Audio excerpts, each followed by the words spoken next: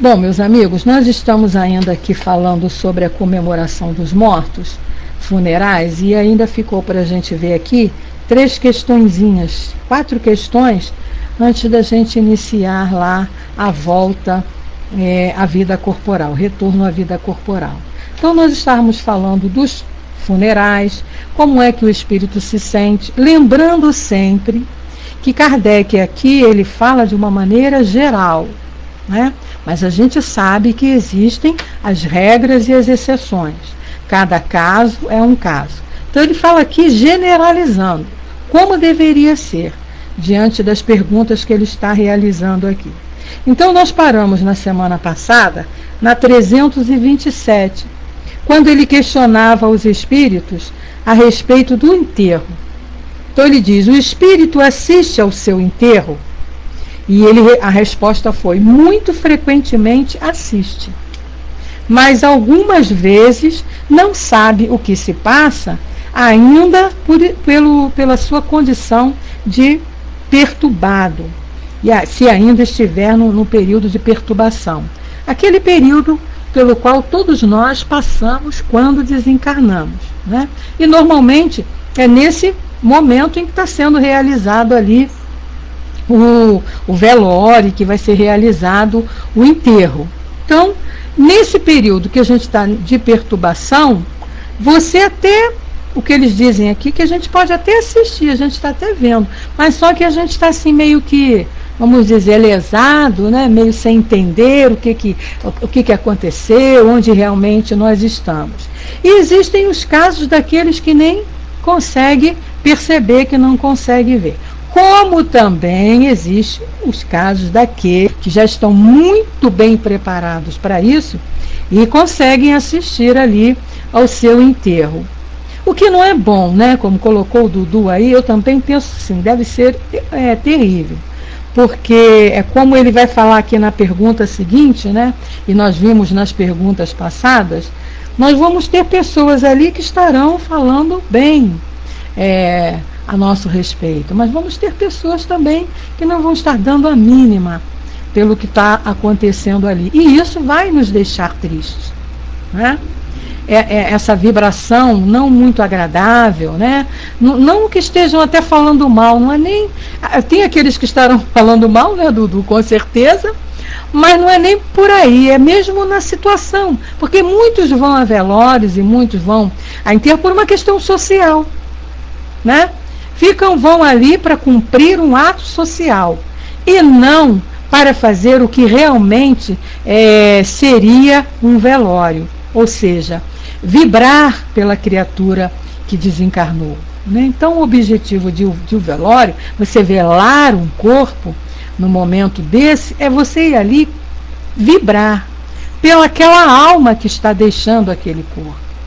E se você vai num velório, assiste um velório, você vê ali diante daquela, talvez uma grandezinha, uma pequena multidão que está ali, mesmo parentes, amigos, você vai encontrar no máximo ali 1 ou 2 pessoas que estão ali com aquele objetivo mesmo.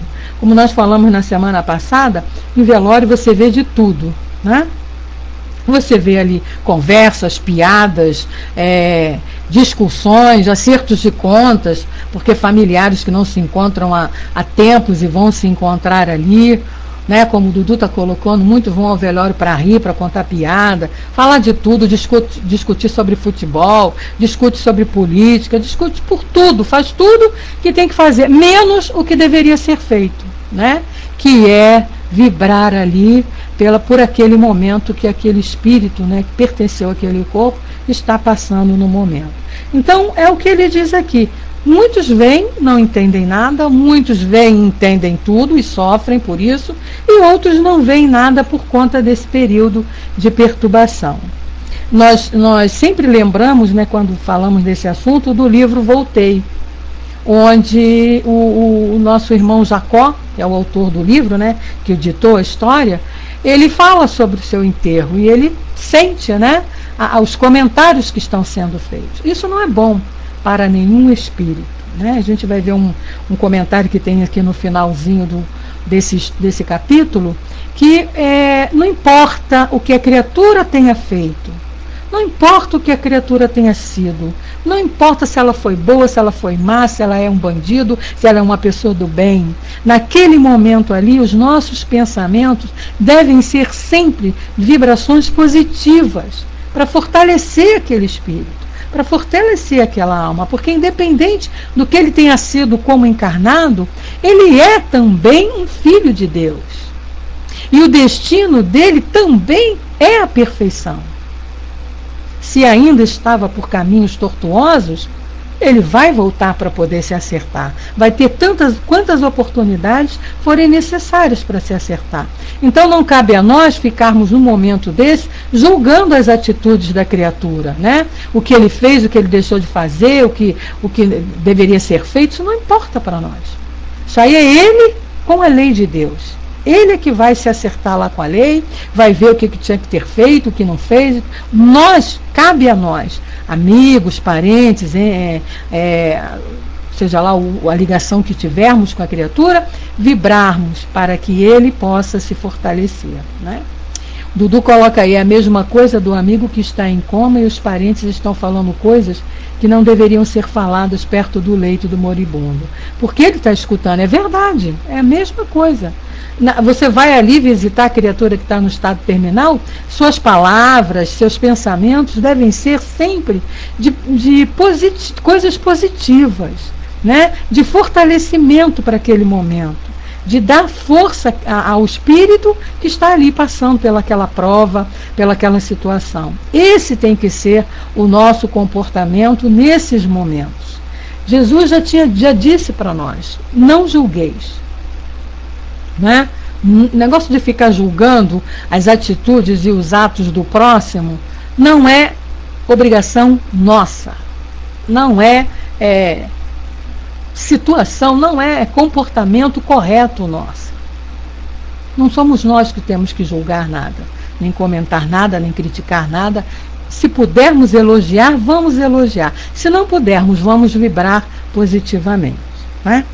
Aí na 327A, Kardec pergunta: fica lisonjeado com a concorrência ao seu enterro? Quer dizer, será que aquele mundaréu de gente que vai ao enterro faz algum bem para o espírito? Ele fica feliz? Fica contente com aquilo? E a resposta é mais ou menos, segundo o sentimento que provoca essa concorrência. Olha só. Então não adianta você ter no seu enterro lá 1000 pessoas, se as 1000 pessoas estão pensando tudo que existe no mundo, menos em vibrar para você. Então, vai valer muito mais se tiver 5 pessoas, mas que essas 5 pessoas estejam ali com o intuito de encorajar o espírito naquele momento, com preces, com boas vibrações, com bons pensamentos. Então, é claro aqui, quer dizer, é aquele velho ditado, né? Quantidade nem sempre é qualidade. O que importa no caso aqui seria a qualidade, né? O tipo de pensamento das pessoas que estão ali no velório. A 328, Kardec pergunta: o espírito daquele que acaba de morrer assiste às reuniões de seus herdeiros?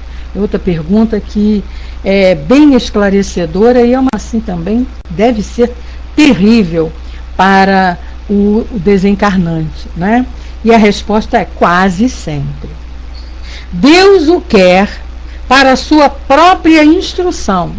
Então, em primeiro lugar, ele vai ali assistir, né, as reuniões que são feitas em relação aos bens que a criatura deixou, em primeiro lugar, para aprendizado dele mesmo, para que ele possa fazer vamos dizer assim, uma reflexão dos seus atos, das suas atitudes, e aquilo que ele fez durante a vida, como está sendo feito, como está sendo avaliado, como está sendo utilizado aquilo que ele deixou agora pelos seus herdeiros.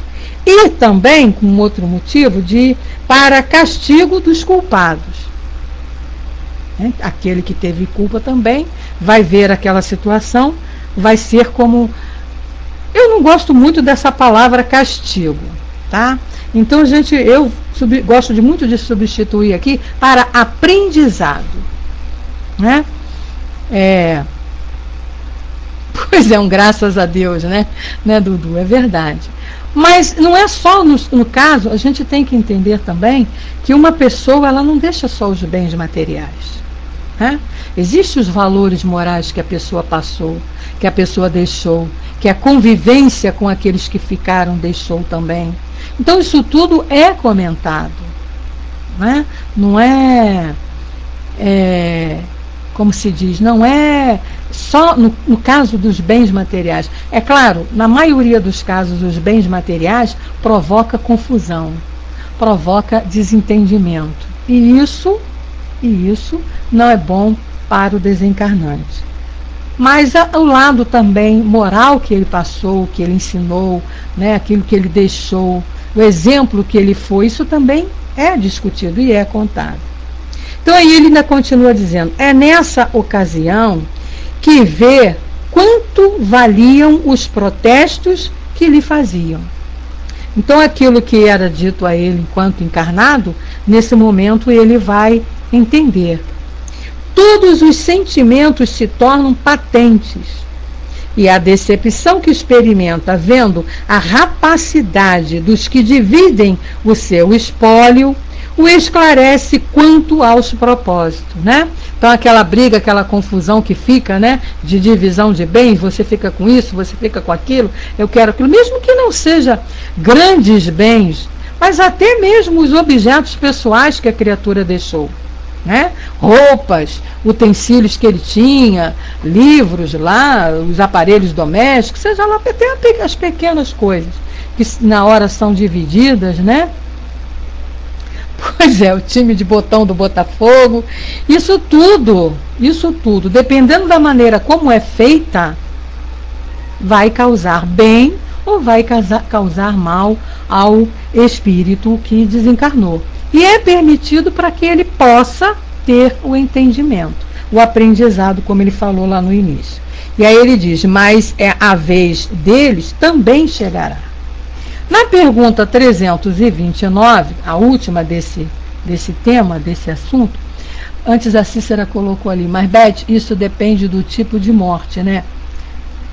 Não, no que ele está falando aqui, o Cícera, independente do tipo de morte, é o comportamento dos herdeiros depois, né? O que ele está falando são nas reuniões, por exemplo, daqueles que têm muitos bens, existe a reunião que ele tenha deixado testamento com a divisão dos bens, ou mesmo que não tenha deixado, existem as leis, né? Existem as leis, então tem que ser feito um inventário para a divisão dos bens materiais que ele tenha deixado. Então ele está falando nesse sentido, independente do tipo de morte, é o que ele tenha deixado e as reuniões que são feitas em relação a isso. Então essas reuniões, se elas forem umas reuniões assim, você está falando no sentido de assistir, é por isso que ele diz quase sempre. Assim, agora entendi a sua pergunta. É por isso que ele inicia quase sempre, né? Então é aquilo que nós estamos falando. Kardec, as respostas aqui estão de uma maneira, né, generalizada. Quer dizer, o certo seria isso, todos assistirem. Mas cada caso é um caso. Isso ele colocou, quase sempre. Nem sempre, né, ele está, como você colocou aí, na condição de assistir. Nem ao seu enterro, muito menos às reuniões familiares em relação. Vai ficar, muitas vezes, num período de perturbação assim maior e não vai assistir. Tá? Mas veja bem, as vibrações que são emitidas nessas reuniões dos familiares que ficaram, ele vai sentir. Ele pode não identificar de onde está vindo, mas ele vai sentir as vibrações. Então, por exemplo, mesmo que ele esteja num período de perturbação lá, que não esteja assistindo a essas reuniões, quando as reuniões estejam, vamos que a família esteja lá dividindo as coisas que ficaram, o que vai ser feito, se vai doar, se não vai, quem vai ficar com o que vai ficar com aquilo, isso tudo, da maneira como está sendo feita, vai refletir lá no espírito que está lá nessa situação de desencarnante, ainda perturbação. Então ele vai sentir essas vibrações. Se for uma reunião tranquila, que esteja sendo feita com amor, que esteja sendo feita com respeito, que esteja sendo feita com tranquilidade, com paz, com união, a vibração vai ser muito boa. E ele vai receber essa vibração boa. Se for ao contrário, uma reunião em que estejam discutindo, né, onde a ambição, o olho grande, a vontade, brigar sem desentendimento ali por valores pessoais que ficaram, a sensação vai ser negativa e vai refletir nele também. Mesmo que ele não identifique de onde venha, tá? A Vanessa colocou aqui, então, no caso da minha avó, que desencarnou por doença semana passada, todas as vibrações que foram passadas, ela presenciou. Pode ter presenciado ou não, Vanessa, mas sentir, ela sentiu. Tá entendendo? Ela pode, por exemplo, se foram comentários, né, das vibrações que foram passadas, se foram boas, ela sentiu a vibração boa. Ela pode não identificar ainda, pode ainda não estar em condições de identificar, isso a gente não sabe, né? A gente não pode afirmar, não, ela viu tudo, ou não, ela não viu nada. Eu não posso te afirmar isso, mas o que a doutrina ensina é isso. Se ela assistiu, se ela teve condições de assistir, ela assistiu. Se ela ainda não estava em condições, os mentores não perceberam que ela não estava em condições, ela não assistia. Agora, as vibrações, sejam boas ou ruins, ela percebeu, ela captou. Ela pode não identificar de onde tenha vindo, né? Então, qualquer prece, qualquer pensamento bom, qualquer vibração boa, eles vão captar. Não importa a situação que esteja. Tanto que a gente aprende aqui, quando a gente estuda lá no livro Céu e Inferno, a gente vê lá depoimentos de espíritos que estavam em situação de sofrimento muito grande, porque tinham tido uma vida não muito saudável. Então eles tinham uma vida, estão lá em desespero, né, em situações de angústia, de sofrimento. O que é pedido? Prece e pensamento bom, vibração boa, porque ele vai receber. Não importa a situação que o espírito se encontre, ele vai receber qualquer pensamento que seja direcionado para ele. Ele pode ainda, por uma questão de idade, não identificar de onde vem, mas a sensação vai chegar até ele e ele vai sentir, de repente, aquela coisa de alívio, né? Aquela coisa boa. E se for um pensamento ruim, ele também vai receber. Por isso que a gente aprende aqui para sempre desejar ter pensamentos bons, para ajudar o espírito. Porque não importa o que ele tenha sido, isso aí é problema dele com a lei, como a gente já falou aqui, né? Ele que vai resolver lá as questões dele com a lei. A nós cabe vibrarmos para que ele se resolva de maneira boa, né? A Cícera coloca ali que André Luiz, somente a esposa do paciente dele, fez uma prece por ele e ele sentiu. É isso aí, é verdade, não é? A gente tem essa passagem mesmo lá. Quem assistiu o filme tem lá no livro também. No próprio livro de André Luiz, no livro Entre a Terra e o Céu, senão uma história muito bonita, a história começa justamente por conta de uma prece que a filha faz para a mãe. Então é assim, o pai era casado com a mãe, né, com a mãe dessa menina, se não me engano, acho que é Lívia o nome dela, não estou bem certa agora. Ela é casada com ele, a mãe morre, fica ela, o filho mais novo, e ele casa com a madrasta. E nesse casamento com a madrasta, nesse período, né, o filho mais novo também desencarna. Desencarna num acidente, ele morre afogado. E aí a história vai desenrolar em função disso aí. Mas como é que começa o atendimento a essa família? Por conta de uma prece que a filha faz, em benefício da mãe, em benefício do irmão. Só ela fazia prece naquela casa. e as preces foram ouvidas e os benfeitores foram lá para trazer paz, porque aí a madrasta já estava ficando doente por conta da morte do enteado, se sentindo culpada, e aí a história se desenrola. Quem quiser ler o livro, eu aconselho, porque é muito interessante, tem aprendizados ali muito bons.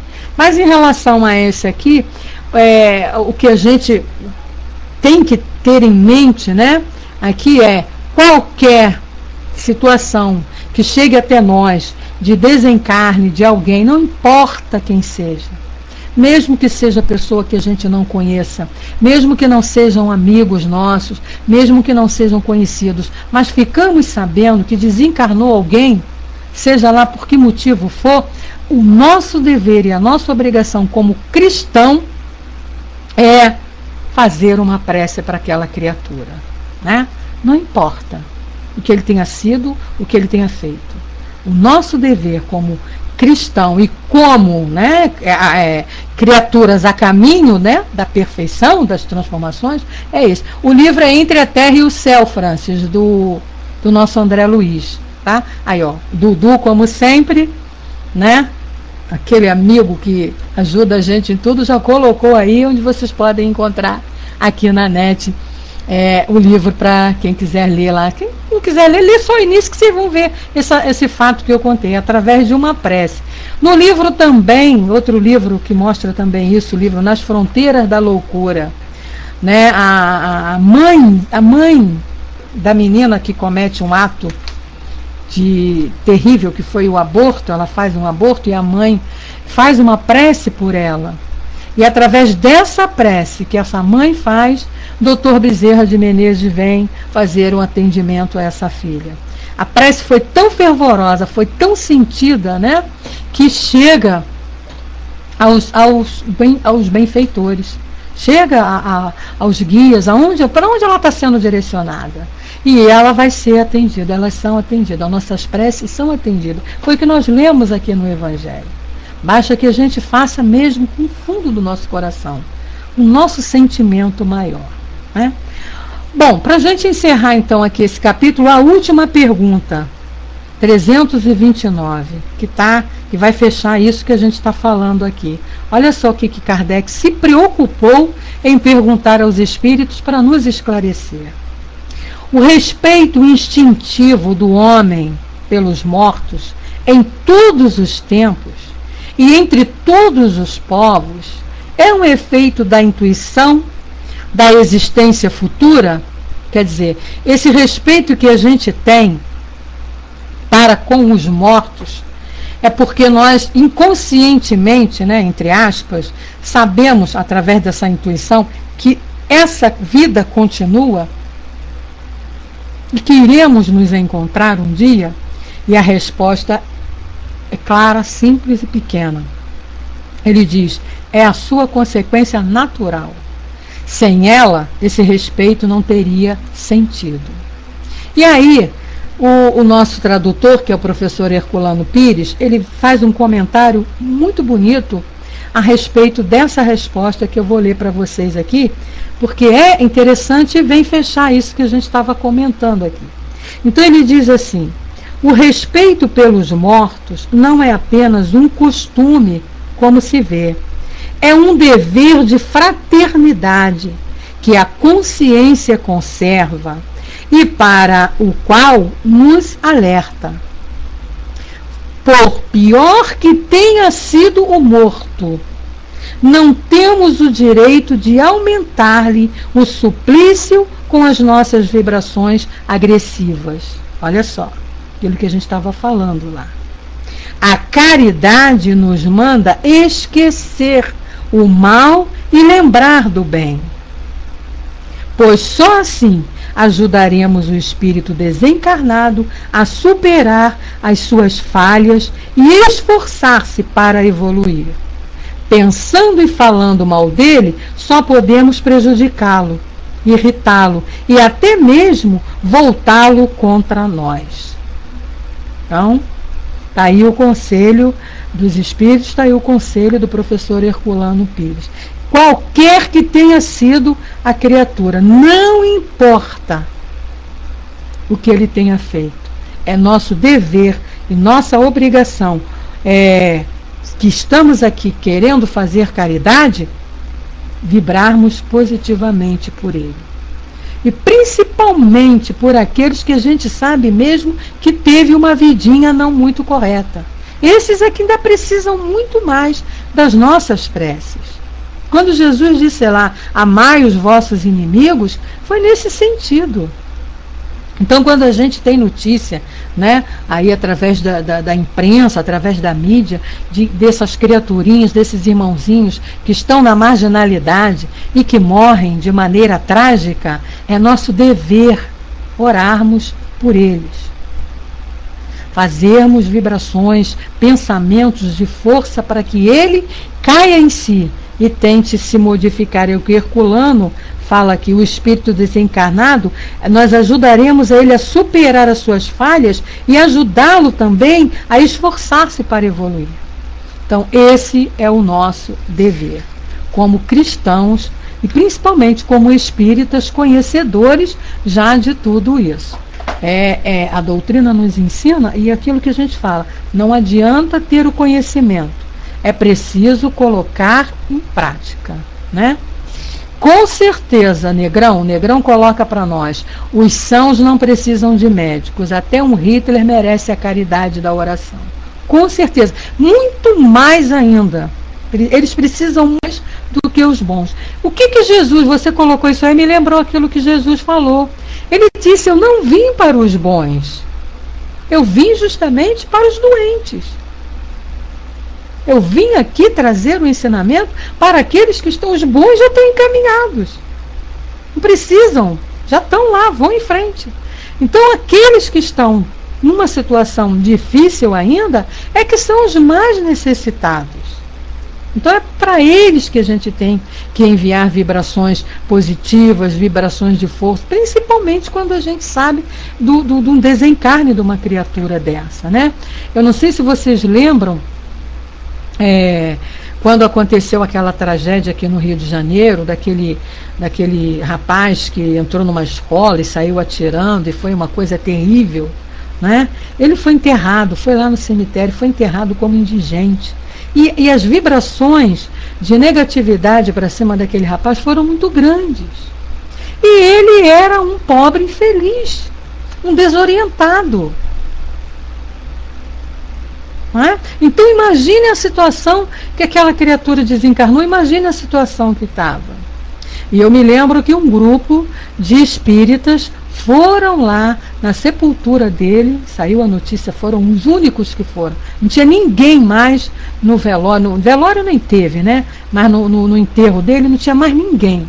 Foram esse grupo de espíritas, umas 5 ou 6 pessoas, que foram lá vibrar por esse companheiro, porque é o que ele precisa. Ele não precisa de xingamento, ele não precisava de crítica, ele não precisava mais de condenação, porque mais condenado do que ele já estava, impossível. Com certeza, desencarnou numa situação terrível de vida, né?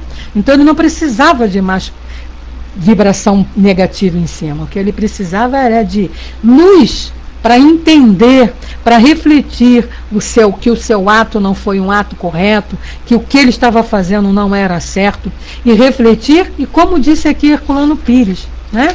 Se refazer e buscar o caminho certo que ele tem que seguir. Porque ele está nessa situação, estava nessa situação, mas ele um dia vai ser um espírito puro igual a Jesus. Fez essa coisa horrorosa, né? Mas ele um dia vai ser também um espírito evoluído.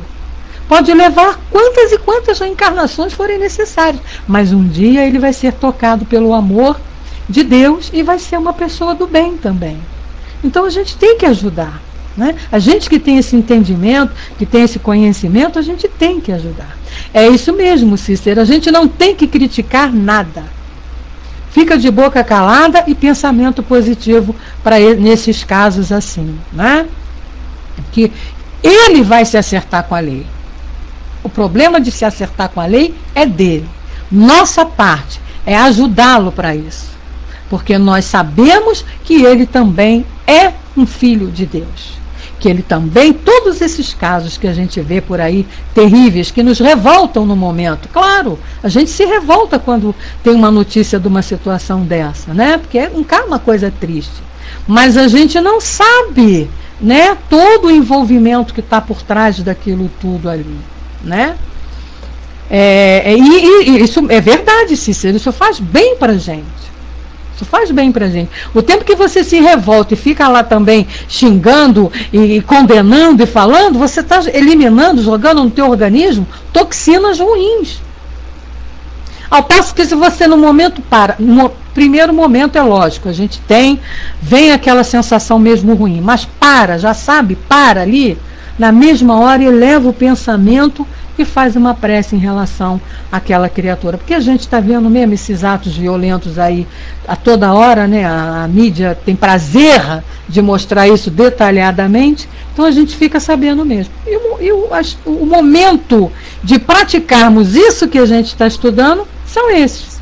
É nesse momento, é nessa hora que a gente coloca em prática isso que a gente está aprendendo, está estudando aqui com a doutrina. Não é esperar situações especiais, não. É na hora. É aí que a gente vê se está mesmo aprendendo, né? Boa noite, Dom Jorge. Seja muito bem-vindo aqui entre nós. Bom, meus amigos, nós vamos então agora passar para o capítulo 7 do Livro dos Espíritos, que é agora o inverso, né? É o retorno à vida corporal. A gente estava falando até agora da volta à vida espiritual. Agora nós vamos falar sobre a reencarnação, né? A volta do espírito à vida material. E o primeiro item, ele fala sobre o prelúdio do retorno. Como é que é feito essa preparação, né? Como é que nós estamos? O que a gente está fazendo na erraticidade, na vida espiritual? E aí vem o momento da gente renascer. Como é que é feito isso? É só chega pra gente e fala assim, ó, vai lá, nasce, plim, e você vem e nasce. Está na fila de espera, né? Como se a gente estivesse assim num quarto, numa fila, uma porta para cair aqui no mundo material. E aí vem lá um guia, um mentor, ele te puxa e diz assim, pronto, agora é você, vai. Pronto, agora é você, vai. Né? Igual aqueles meninos que estão fazendo o curso para paraquedismo, não sei se vocês já tiveram a oportunidade de ver, mas eu já. Né? Num avião, eles estão ali, vem o tenente lá, o capitão, sei lá, e empurra, né? Vai que agora é a sua vez, para ele pular lá, para fazer o primeiro salto. Será que é assim? Né? Será que é num passo de mágica, né, Franz? Então vamos à pergunta 330. Os espíritos conhecem a época em que terão de se reencarnar? Primeira pergunta importante, né? Será que eu estou lá na erraticidade e tenho assim a noção, conheço a época que vai chegar o momento da minha reencarnação? E aí a resposta: eles a pressentem, como o cego sente o fogo de que se aproxima. Sabem que devem retomar um corpo, como sabeis que deveis morrer um dia, mas ignoram quando isso acontecerá. Então, é simples da gente entender. Estamos lá, né? Lembrando sempre, meus irmãos, olha só, o Kardec está colocando aqui essas perguntas de maneira geral, né? Isso não é lei, conforme dizia o nosso querido amigo, o senhor Altivo aqui do Centro Leon Denis.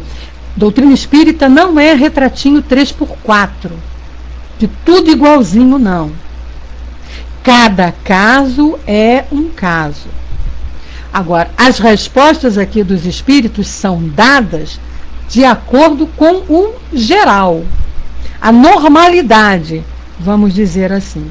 Então, quando ele diz aqui, eles a pressentem, como um cego pressente lá o fogo que se aproxima dele, no mesmo caso, nós aqui estamos vivos, estamos levando a nossa vida, mas nós sabemos que um dia nós vamos desencarnar.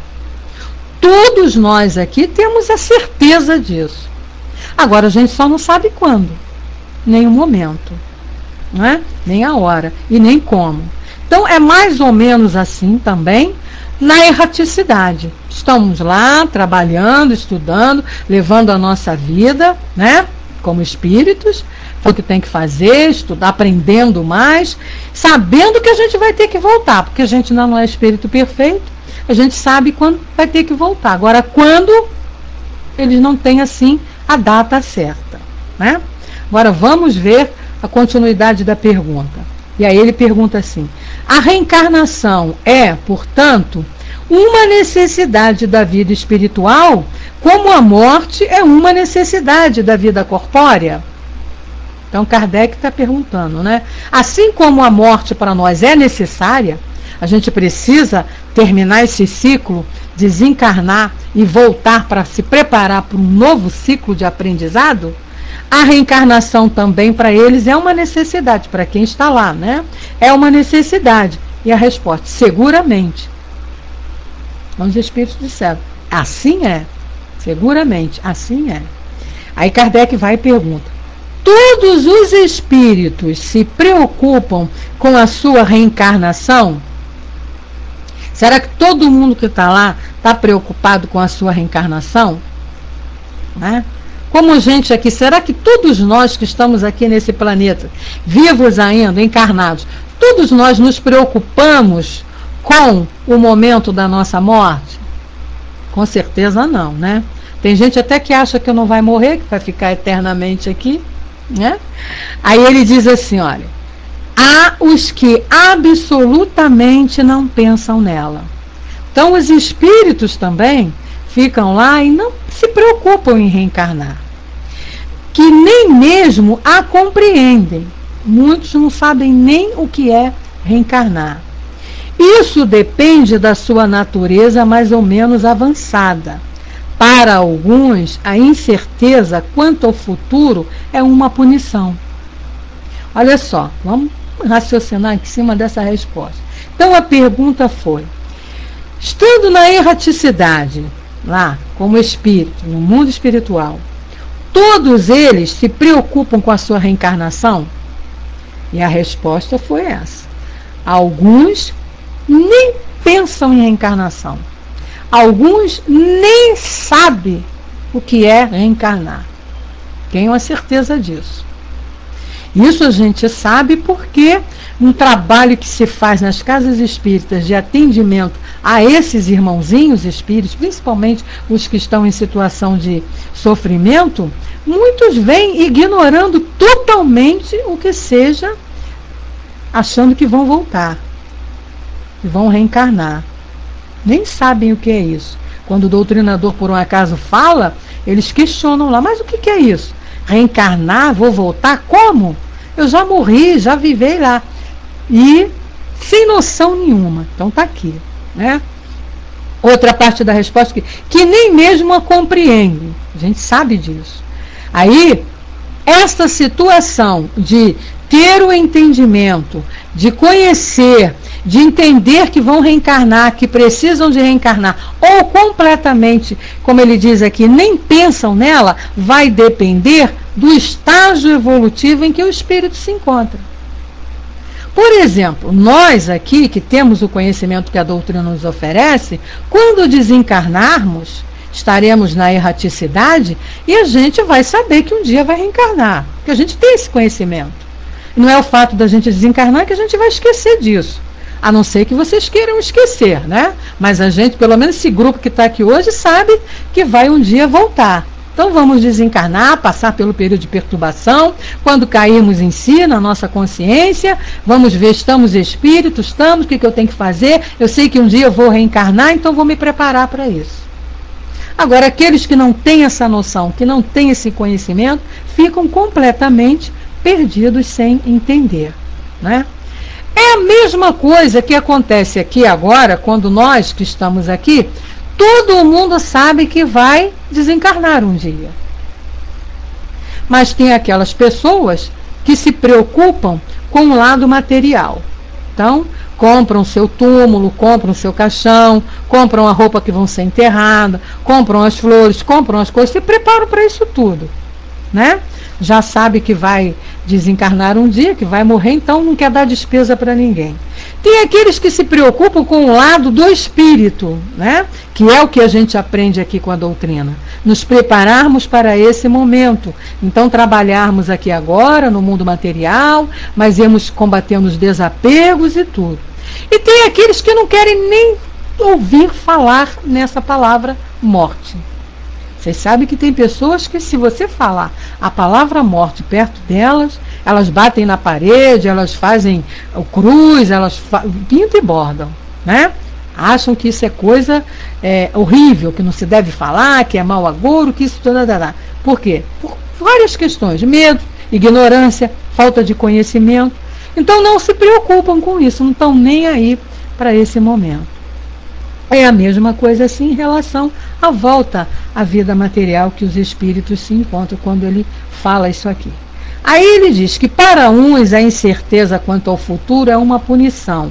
Aí a gente volta a esclarecer aqui esse sentido de punição, não é? Não é punição no sentido só de punir propriamente dito, mas é uma situação em que eles se encontram para refletir, pensar sobre os seus atos anteriores, da vida anterior, né, e o que vão fazer com a próxima reencarnação. Aí vem todo aquele planejamento. Aí Kardec perguntou: o espírito pode abreviar ou retardar o momento da reencarnação? Olha só, será que ele pode puxar logo? Não, eu quero reencarnar logo, vamos embora, preparar logo a minha volta, eu quero voltar logo, que eu preciso. Ou ele pode ficar também adiando? Não, ainda não quero. Está na hora, meu amigo. Não, ainda não estou preparada, não quero voltar. Tá? Essas coisas, será que pode? Aí ele diz assim: ele pode abreviá-lo, solicitando-o por suas preces, e pode também retardá-lo se recuar ante a prova. Então pode as duas situações. Veja bem, o espírito que tem o entendimento... Não, isso aí é outra coisa, Cícera, não, isso aí é outra coisa. Nós estamos ainda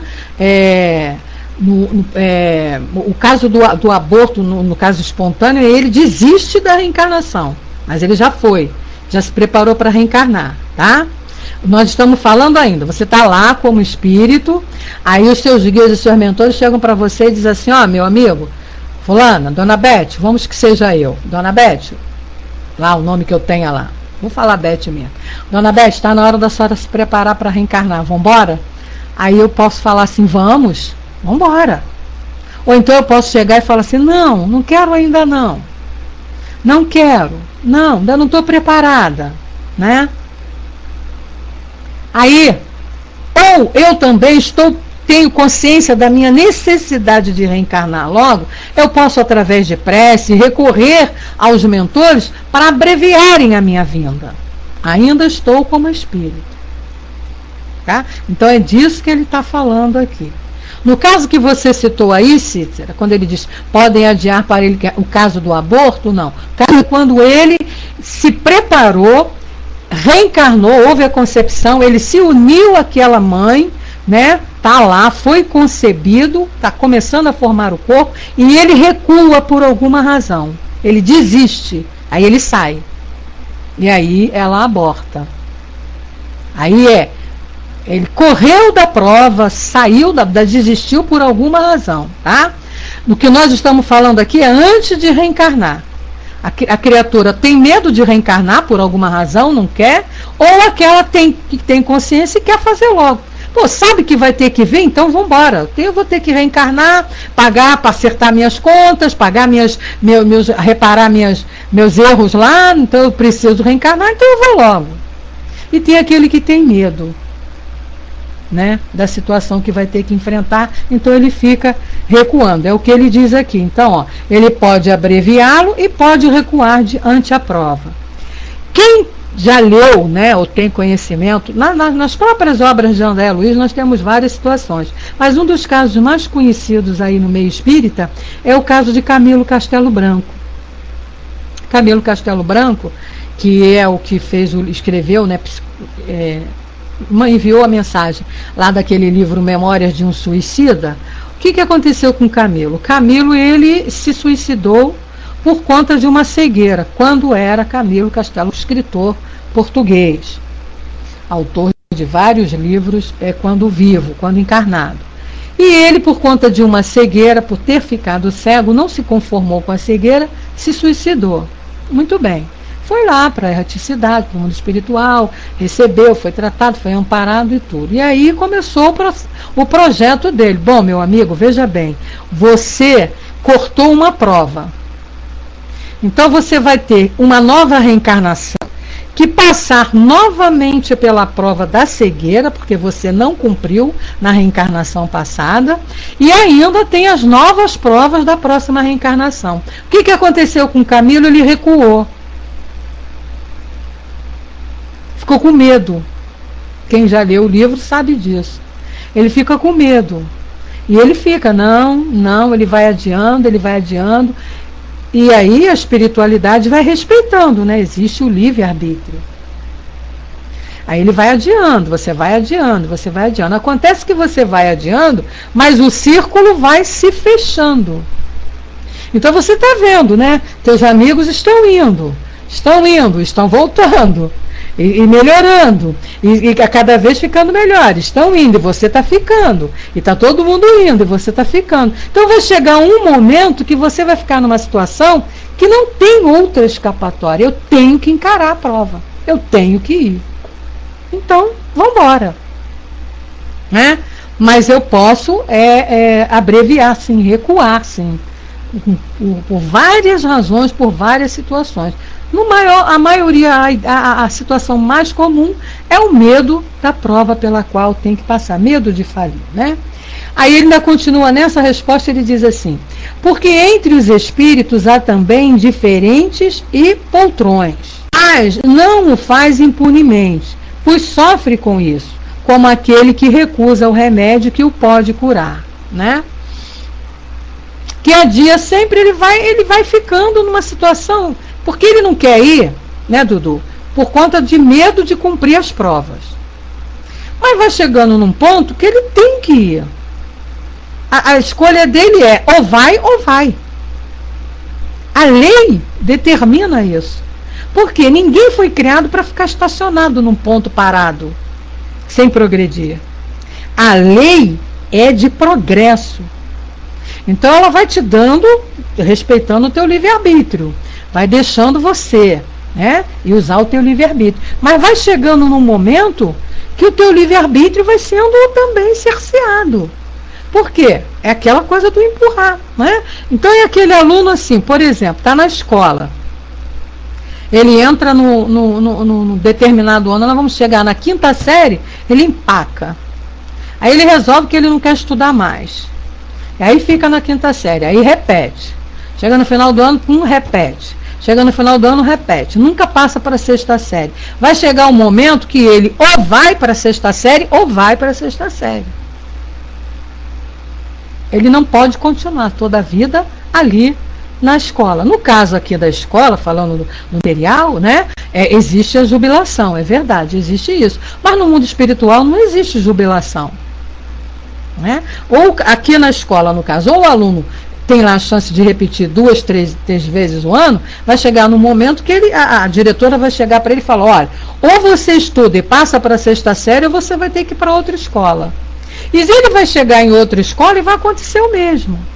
Mas no mundo espiritual não tem isso, porque lá não tem outro mundo para ele ir. Então o que vai acontecendo? A situação vai fazendo com que ele crie coragem e vá, porque ele tem que progredir. A lei é de progresso. Ninguém nasceu para ficar estacionado. Então ele tem que progredir. Então ele vai, né? Foi o que aconteceu com Camilo. Chegou um momento em que ele não podia mais fugir, e agora foi fechando o círculo, e ele teve que ir, né? Aí Kardec perguntou, ainda dá tempo para mais uma. Perguntou a ele assim: se o espírito se sentisse bastante feliz. Essa é uma pergunta interessante, até eu pensava isso logo assim que comecei a ter esses conhecimentos, né? Olha só, se o espírito se sente bastante feliz numa condição mediana entre os espíritos errantes, e não tivesse a ambição de se elevar, poderia prolongar indefinidamente esse estado? O que ele está querendo dizer aí, né? Se eu estivesse lá, estamos lá na erraticidade, né? Fazendo as nossas tarefas, trabalhando, ajudando, cumprindo com os nossos deveres, estamos bem, sentindo-se bem. E não quiser, então eu não quero, mas estou bem aqui, não quero voltar, não quero reencarnar. Né? Como ele diz, não tem a ambição de se elevar. Não quero, está tudo bem aqui, minha vidinha está tranquila, estou o espírito aqui, trabalhando, cumprindo, obedeço, faço tudo direitinho. Eu posso ficar nessa situação? Escolher essa vida para mim? Aí a resposta, não indefinidamente. Cedo ou tarde, o espírito sente a necessidade de avançar. Todos devem elevar-se, pois esse é o destino de todos. Então não tem como você ficar parado numa situação, num ponto da sua existência. A lei, a própria lei, né? A situação vai fazendo com que a gente um dia queira também evoluir. Até porque você está vendo, todo mundo vai evoluindo, né? Todo mundo vai crescer, todo mundo quer evoluir. Você vai vendo as pessoas evoluindo e felizes. Você vai ficar naquela vidinha paradinha ali? Acho que você fala, não, peraí, eu também quero ir.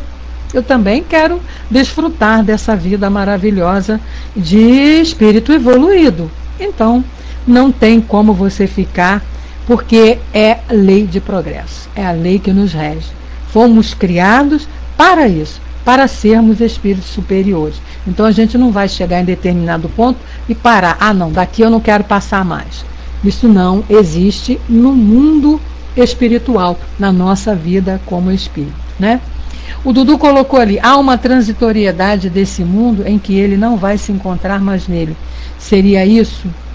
Muitos evoluindo e ele ficando estacionado. Sim, ele não vai chegando um momento em que ele não quer mais. Todo mundo indo, não é? É igual aquele aluno também, ele fica lá na 5ª série. Aí a turma vai e passa para a 6ª. Ele está na 5ª, vem outra turma, continua na 6ª. Aqueles amigos dele que estudaram com ele já estão lá na 8ª série se formando e ele na 5ª. Chega um momento que ele se toca, ele, não, peraí, não posso ficar aqui toda a vida. Né? Eu tenho que caminhar também. Todos nós temos essa característica. Num primeiro momento, talvez a gente se acomode. Mas a acomodação, ela se torna ociosa. A acomodação, ela não é boa. Podem prestar atenção. A gente aguenta ficar numa situação por algum tempo. Eternamente é impossível.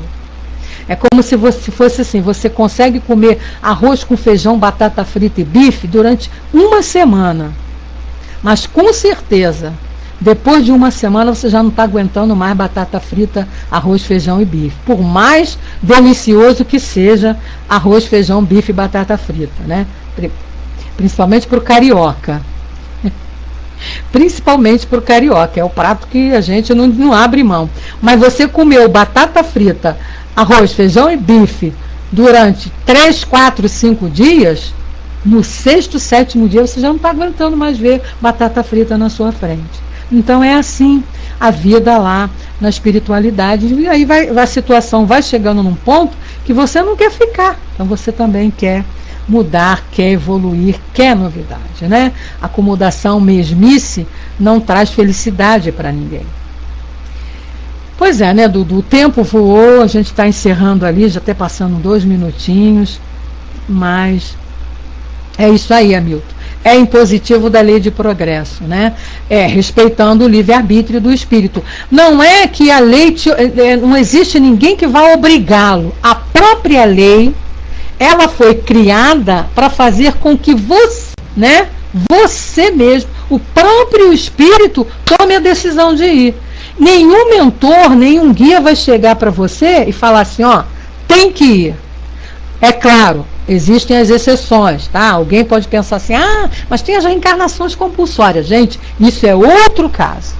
A gente está falando de um modo geral, das coisas normais, né? Quando a coisa vai caminhando normalmente. Então os mentores, eles não vão chegar para você nunca, né, Nem Deus vai fazer isso. Deus vai sempre respeitar o teu livre-arbítrio. Agora, a lei é que vai, em determinado momento, fazer com que você mesmo tome essa decisão. Não, eu preciso ir. Não dá para ficar mais nessa situação. Então, é trabalho de conscientização, né? Bom, a gente termina aqui. Na semana que vem a gente ainda vai continuar falando sobre isso. Vem perguntas aí maravilhosas a respeito disso. Pois é empurrar o paraquedista sem paraquedas. Não, que o capitão está lá, né, para empurrar. Mas ele foi preparado para chegar até ali dentro do avião.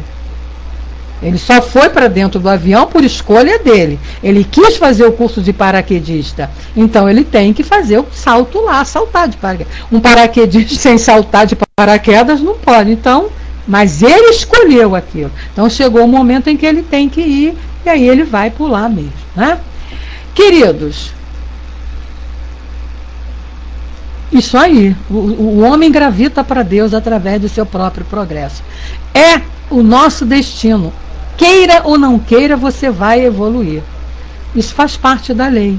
Não adianta. Então é por isso que eu sempre digo, aquela criaturinha que está na mais terrível situação hoje em dia, tenham certeza que determinado momento da vida ele vai estar um espírito puro como o nosso Mestre Jesus.